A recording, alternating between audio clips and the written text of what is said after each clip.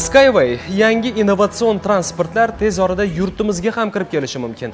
Birinchi bo'lib ushbu ish Namangan viloyatida amalga oshirilishi taxmin qilinyapti. Mutasaddilarning ta'kidlashicha, zamonaviy transport yuk va odamlarni tashishga moslangan bo'lib, boshqa raqobatdoshlarga qaraganda 100% xavfsiz ekan. Skyway'ning maqsadi yer sharini qutqarish. Avvalo transportga 20% quvvat ketadigan bo'lsa, elektr stansiyalar bor.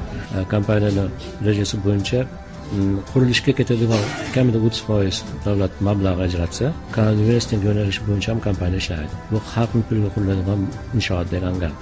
Agar shuni xalq orasida ommaviylashtirilsa, xalq o'zini hissasini qo'shib mablag'larni yig'adigan bo'lsa, bu davlatga yana ancha-muncha aksiyadorlar jamiyati sifatida yordam bo'lgan bo'lar edi. Bundan tashqari u soatiga 500 kilometrgacha bo'lgan masofani bosib o'tadi.